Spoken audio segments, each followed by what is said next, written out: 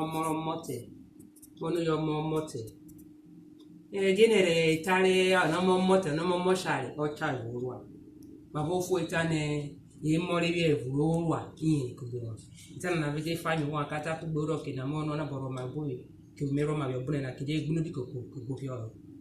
mote yo moro ni of we mote obieri omora aye bieri ye di na bo no ko na eje o ta pona amani ko na eje mete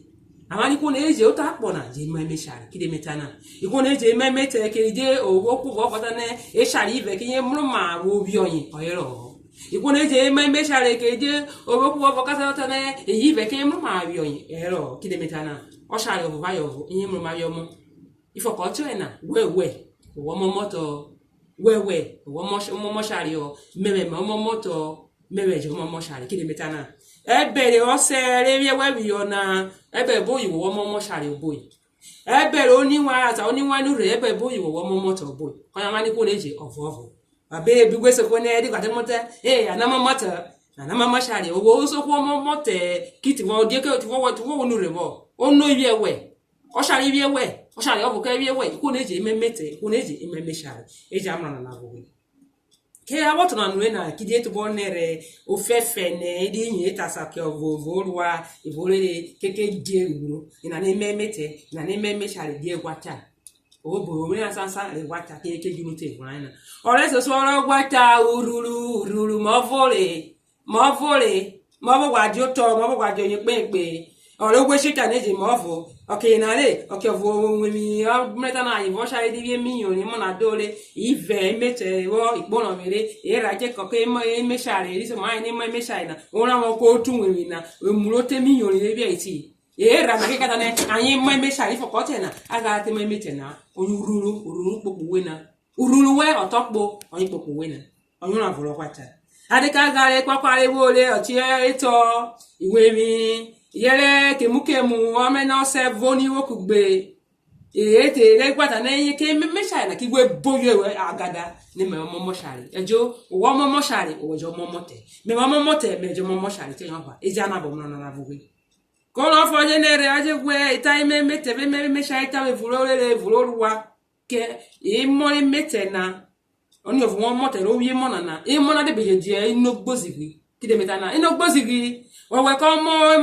oni of we oni we ko ino le na re ke bi we kru de onu groviere oni we ko grovie ke bi po oni we ko poro mi agbara ke bi we ya agbara owo ko grovie fo ko agbara oni we ba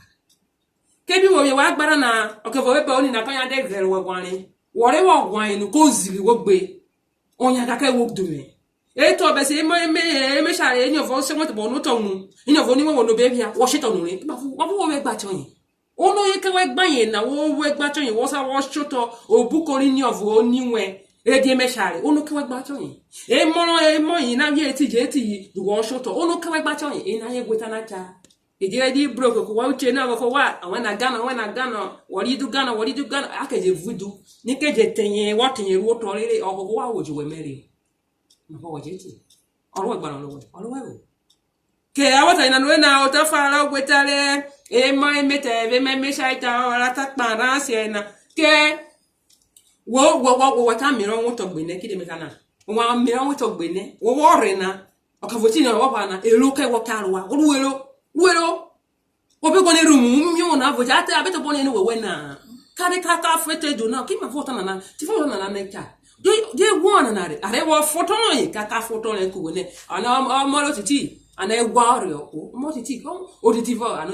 oditi ne to bo wi o mo na wi ore odo ku ore na ne o ni na yo ko bono o mo moto bono itaka chari wo ke ma bo ita wo je cha ide edishi ni mi na bi gba ite abode ha abori ni wo shi de ede vagia ma wo na itaka kan ya ato mi ina na yin na mo soro ne rameta ne itari memete e wo feto mata e voloto robo no ke poke yobo fu eta na ogenedia yeso ku wo no momote yeso ku wo no momo shale ke dia mani ko leji e mo emete ebere oni abi ama bi oni ama inure amani ko leji e mo emeshare ebere ose ibi ama bi abo jeti orwe gba na orwe be sake meta na otana onya balo e yo sete oni bi yo e obi ma won enyo mebo won na keni eworu ayo mere mecha